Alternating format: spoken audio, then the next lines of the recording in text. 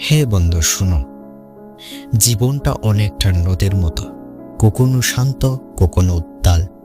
তুমি ভেবেছ সবসময় স্রোত তোমার পক্ষে যাবে? না, ঢেউ আসবেই। মানুষের স্বপ্ন অনেকটা আকাশের তারার মতো, দেখতে সুন্দর কিন্তু ছুতে গেলে বুঝবে কত দূরে। পৃথিবীতে কেউই সবকিছু পায় না।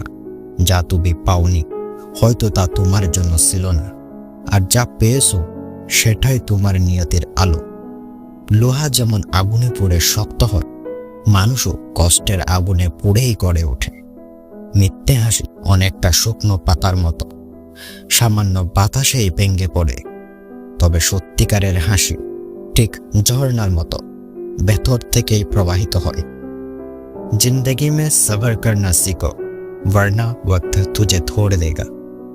হ্যাঁ, জীবনে ধৈর্য শিখো, না হলে সময় তোমাকে ভেঙে দেবে। জীবনকে দোষ দিও না, কারণ ঝড় না এলে গাছের শিকড় কখনো শক্ত হয় না।